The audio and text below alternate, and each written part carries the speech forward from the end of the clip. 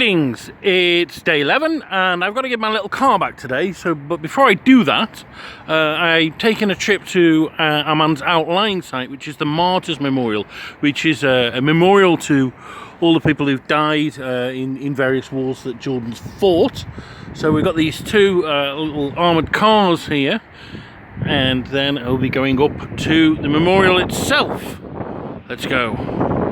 The ceremonial staircase is more military hardware. We've got a gun there, that looks British, a helicopter, more armoured cars, a plane that they're doing something to, and more guns. We've got a life building over there, so I think I'm going to have a look in that, see what's happening there. This life building is not so much a building as a kind of circular courtyard with this big torch thing, which one supposed might be an eternal flame, except it's not burning. One gets a feeling going around here that it's very much like a religious site. You know, everything's well kept and there's a sphere of sacredness, and I suppose in a way it is. It's a shrine to the religion of the nation, and I think in Jordan's terms that's particularly interesting, because are the Jordanians even a nation, or are they part of the wider Arab nation? And certainly the Baathists would have said that it was the latter. But you know, the kings of this country would say it's the former, and that's a debate that still rages. But yeah, so here we are. We're at another religious shrine, and this time it's the shrine of the nation. Here we are. You see, nice bit of religious imagery there. And of course, all nations have them. You know, I mean, I went to the one in Ankara where Ataturk was buried. Very similar in feel to this. And of course Britain also has them, you know, the cenotaph being one of them. Interesting little gun here. This looks considerably older than the others. I'm guessing this is from the Arab Revolt, T. Lawrence time, looking at the date of it. So look, yes, 1921, so yes, just after the Arab Revolt. Israel, oh my god, I shouldn't say that. Jordan's military history is checkered, to say the least. They were part of the Great Arab Revolt, T. Lawrence, and they became independent, I think it was 21, after World War I, when the Ottoman Empire collapsed. They gained their independence from the Ottoman Empire, but they were a protectorate of Britain, so they weren't really that independent. And of course they were lumped in together with Palestine, and we all know what happened there. And since then, I mean, once they got their independence from Britain after World War II, there's been a succession of wars with Israel, and as with most people in Israel, they tend to lose. That's largely because it's a tiny country, it's not financially wealthy, and Israel's, you know, one of the great military powers in the world. But it's not just been fighting with the Israelis. One of the more recent martyrs of Jordan was a Royal Jordanian Air Force pilot who was shot down over the Islamic State, Daesh area, and they captured him and burnt him alive, which was a particularly gruesome way to go. I thought there was another building here, but this says admin offices. Let's go into the main shrine itself.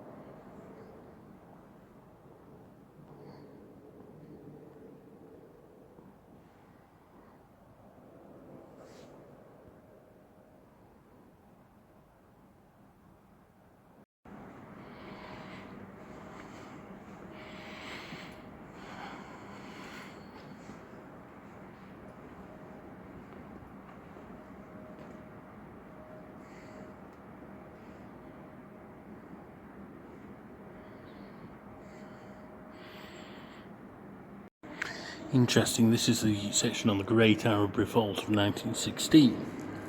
There's a map of the operations there, the railway line that I saw in Aqaba.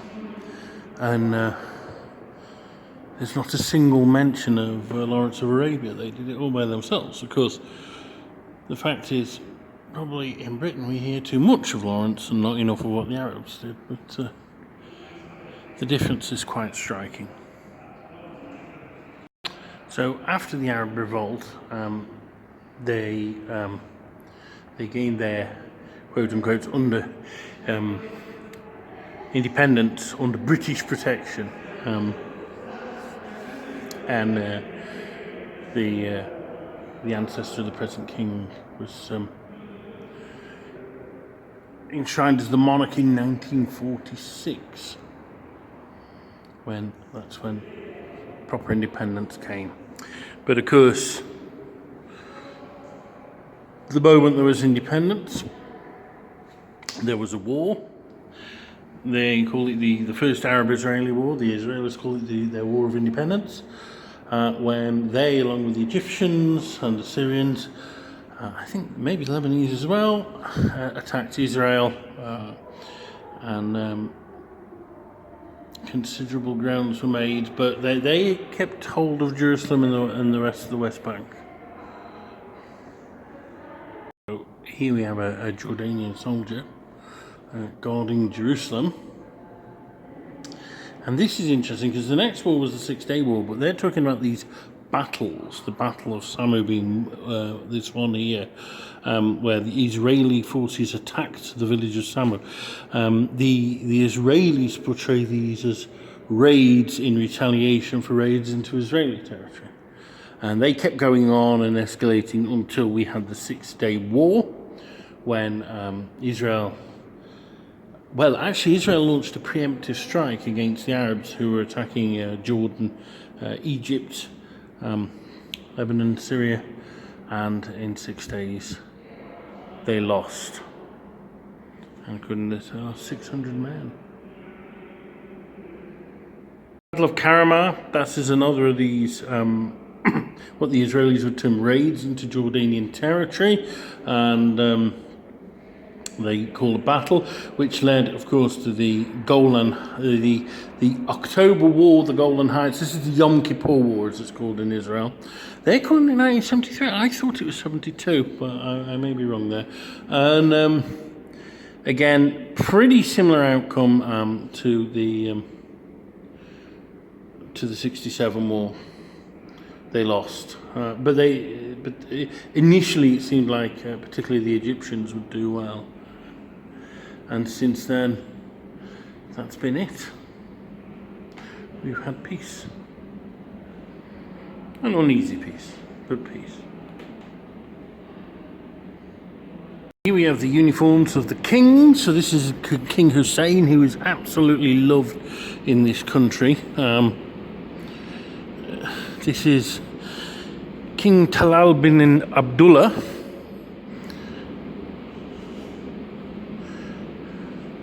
And this is King Abdullah I. Now, I think he is the one who was assassinated. He was shot in the Al-Aqsa Mosque.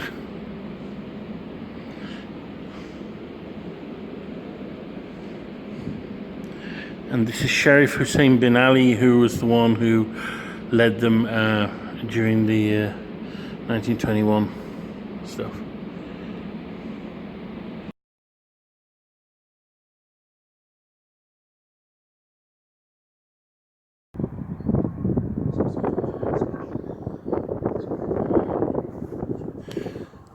So it's been an eventful morning this morning. After going to the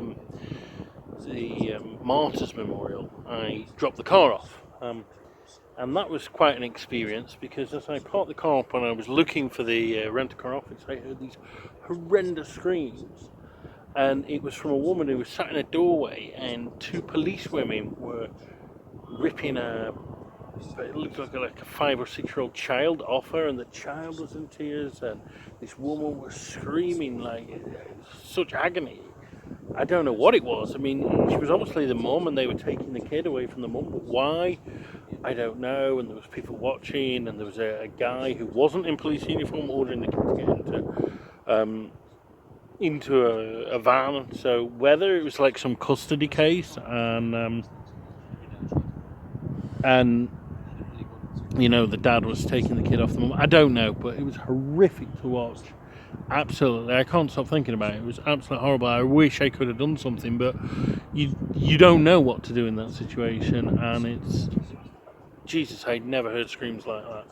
So anyway, then I took the car back to the rental car place, and it turned out that apart from the one time I got stopped by the police for speeding, I've been speeding. I got done about 3 or 4 other times with cameras. So yeah, that's pissed me off a bit. The fines aren't massive, so it's not really broke the bank, but yeah. Not the greatest start to the day, but I now taken a taxi back into the centre, and I am at the third of my Decapolis cities, and this is Amman Citadel. Amman was called Philadelphia then. Before that, it was Rabath Ammon, because it was the city of the Ammonites. So here we are, Amman Citadel.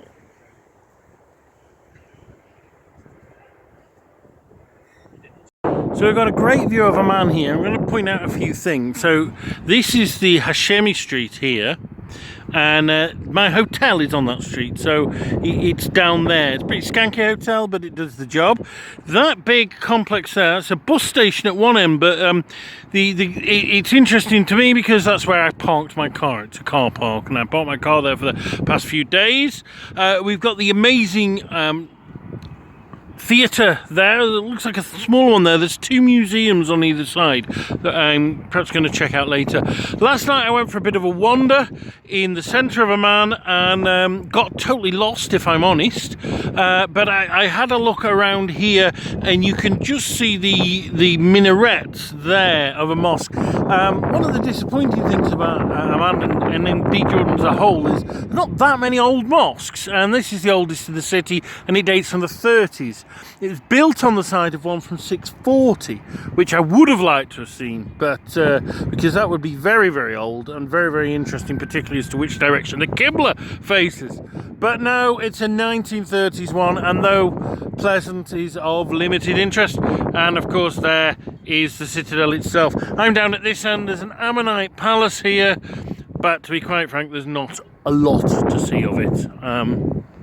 But yeah, this is where the Ammonite king had his residence. Oh, there's a little bit of information there. The Ammonite palace. So that's it. So if you're an Ammonite, that's where you want to live.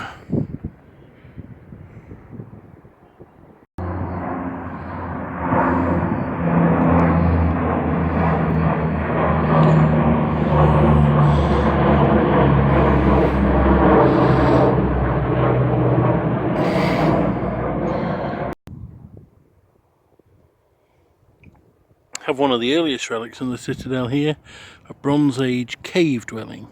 So this is a temple attributed to the god Hercules, and one of the reasons they do that is because they found these fragments of statue that's a hand and an elbow, and it would have been so big, it would have been 13 meters high, which would have made it one of the biggest statues in the Roman world. And they think that that's why it would be Hercules, because he was known for his physical strength, so you'd make him big. Look at the museum. So here's a diagram, a copy of the Madaba mosaic, and I wish they'd had this in the church in Madaba, because it explains so much of what you saw, which was a bit incomprehensible at the time. So in the centre we've got the Dead Sea, and there's Karak, so Madaba itself would be there. There's the place of baptism. And here's Jerusalem. So I did get Jerusalem right, but I kind of flipped it the wrong way. Here's the coast, so Ashkelon's there, Gaza, and that's the Nile Delta over there.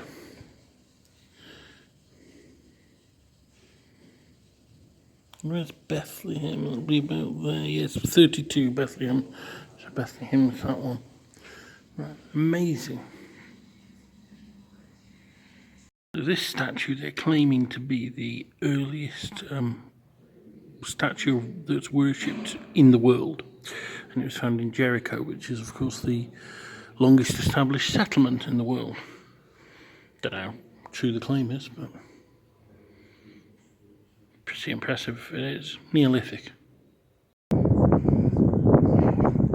So these are the scant remains of the Umayyad Mosque, which is early in the 700s. As we can see, that is the Qibla, very cleanly facing that way. Now, Dan Gibson talks about two mosques on the citadel. There's only one mentioned on the plan, but there are all these buildings. This is described as an Umayyad monumental gateway, and they all face in a different direction. And I think, if I remember Gibson's documentary correctly, this one behind me is a Petra mosque, and these were later realigned to Mecca. Have a look inside. Here's the plan, so you can see that's the mosque that I just looked at, and this is the gateway, and you can see how all the palace complex is aligned that way, and that one is aligned there. And of course there is the traditional tale that they were aligned towards Jerusalem, but we know that to be false, because even the most uneducated people in Amman will have known that Jerusalem is that way, and so nowhere near there or there. So wherever it was aligned, it was certainly not Jerusalem.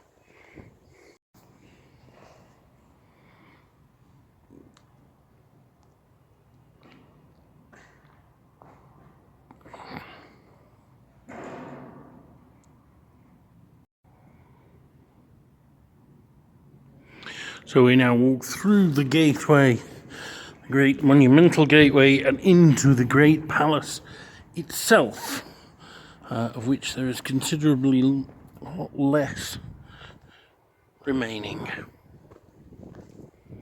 What you've got to imagine is back then all these buildings would have been as high as the monumental entranceway, and you would have passed through there onto this colonnaded street. I wonder where they got that idea from.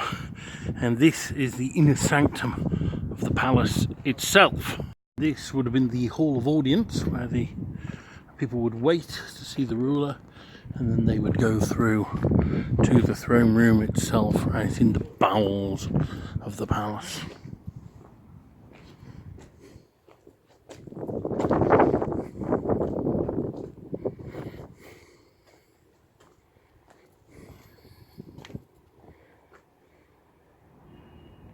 We are at the far end with some interesting views over the modern city of Amman.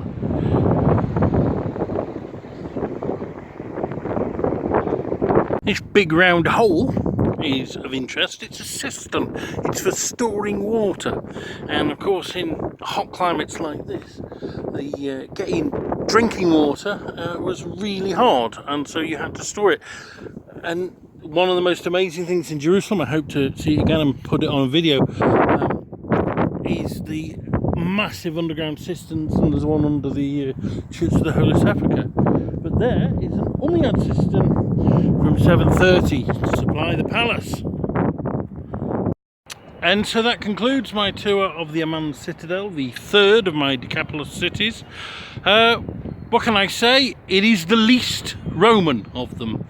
Jerash was very, very Roman. Qais was mostly Roman, with a bit of Ottoman excretions on the top. But there's very little Roman evidence, and it doesn't feel as Roman because it hasn't got that cruciform shape, because of the hill that it's on. Basically, that would never have been practical.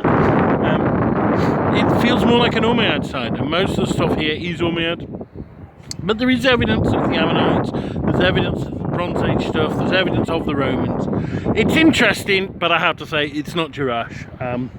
What I'm going to go and do now is go down the hill and have a look at something that is Roman, which is that huge theatre, perhaps check out those museums nearby, and go into the centre of the city. Let's go.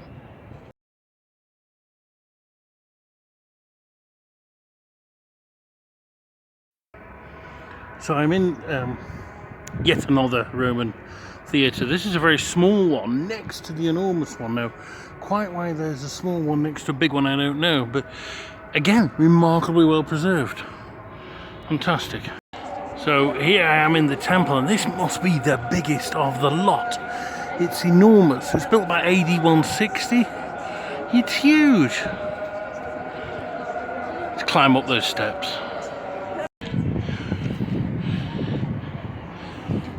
Well, I made it to the top, and yes, it is huge. Easily twice as big as the one in Jerash. Long way down there. Absolutely knackered. So, when's the play start?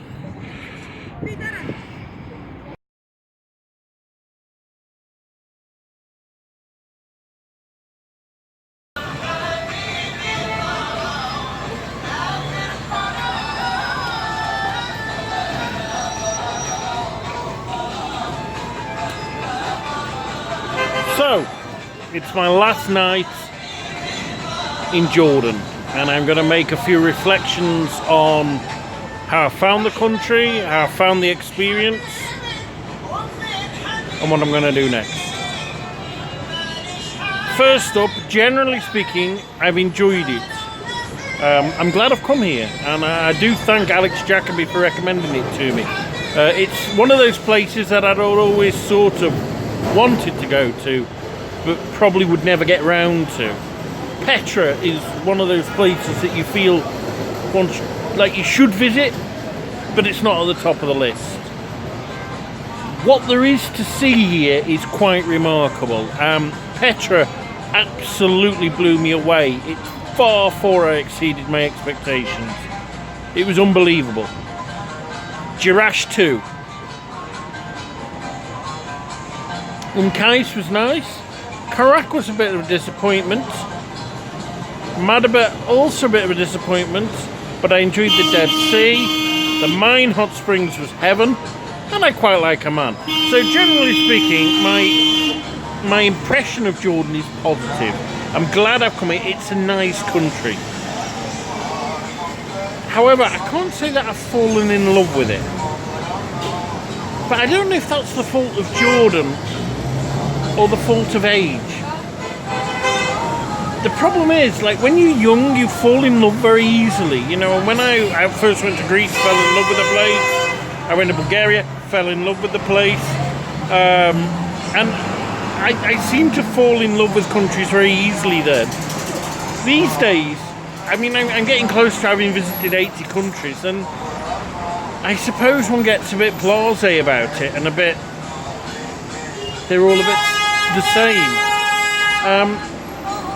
And that's not true, because there's stuff that's better about travelling now than when I was younger.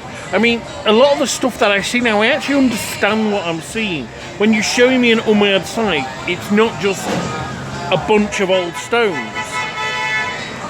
It's something that means something. It's something that I can fit in that jigsaw of history.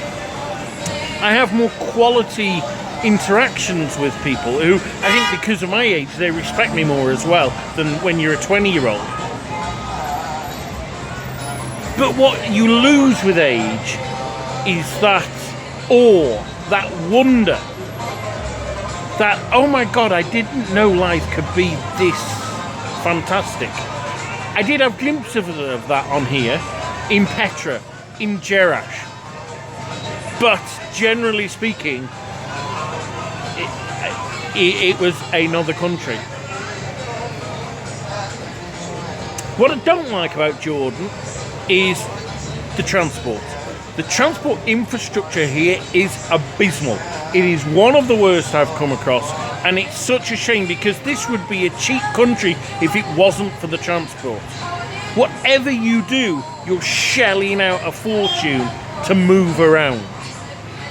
Because you can go, well, you can't go on buses and trains because the system isn't there. So then you're on shared buses, which just take forever to get anywhere. So you just don't go anywhere. Or you take taxis, and it's £40 here, £50 there. It's massive, massive money. Or you hire a car. which is 25 a day. Oh, but then there's 5 for the Wi-Fi connection, so you can actually find where you're going. And then you've got to put the petrol in, and then there's the speeding fine, which again works out at 40, 50, 60 a day.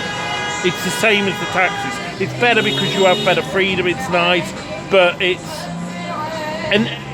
so expensive, and that kind of ruins a lot because you're just then really conscious of spending money, which if you were based on the accommodation or you were basing on the, the prices to go into places, you wouldn't be. I mean, one thing that's fantastic, the Jordan Pass concept.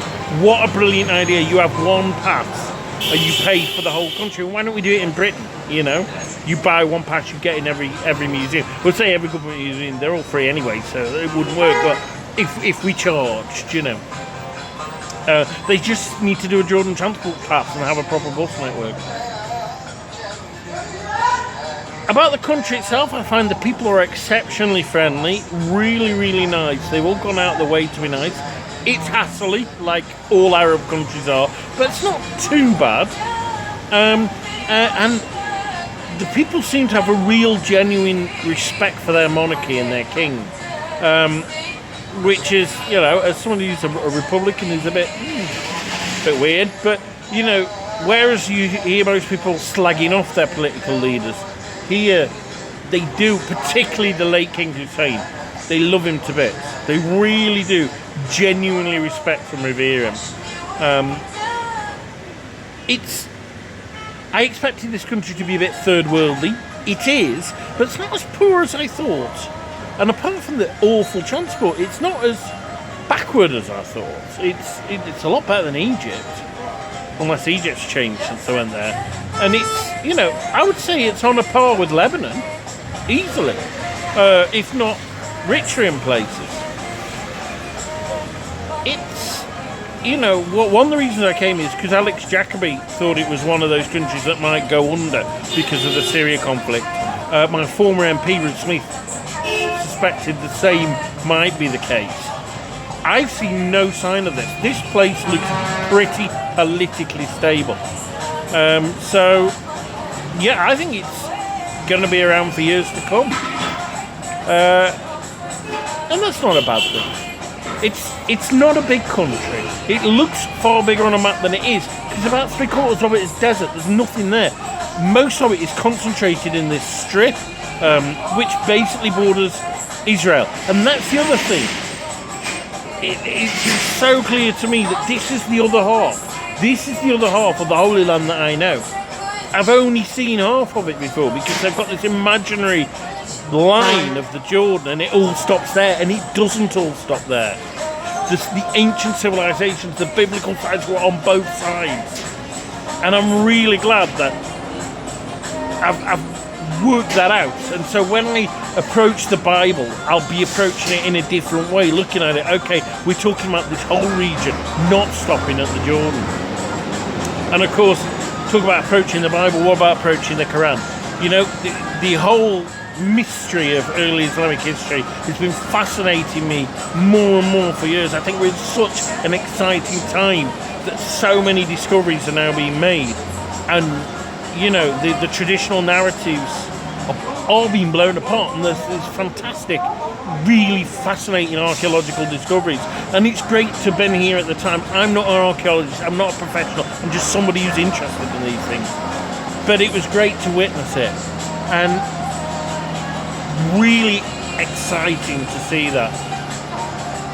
And that on its own was a reason for me to visit. Anyway, that's what I think of Jordan. Tomorrow morning I'm getting up very early, which is something I don't like to do, heading down to the border in a taxi again, and then I'll be going across into the Palestinian territories. I'm going to Jericho, and I'm going to stop there for a few hours. I've got accommodation, Airbnb accommodation in Jerusalem. So, and that's where I'm going to be basing myself for the rest of the holiday. What I'm going to do there, I don't know. I might just potter around Jerusalem. I'm getting to the point where I can't really cope with any more sites. And what I like about Israel is that it brings me back to the familiar. But I don't know. I'm going to check out Jericho first. And, yeah. So that is Jordan. Thank you for watching. Keep travelling.